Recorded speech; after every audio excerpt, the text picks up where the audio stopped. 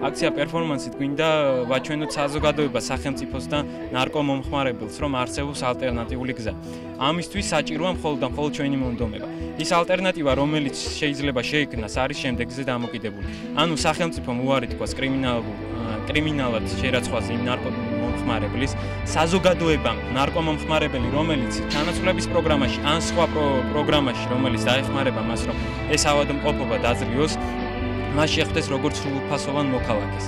და ჩვენ ვიმედოვნებთ, რომ ის ალტერნატივა, რომელსაც ჩვენ თავაზობთ რეალურად სახელმწიფო საზოგადოებას და ნარკომომხმარებელს, გათვალისწინებული იქნება.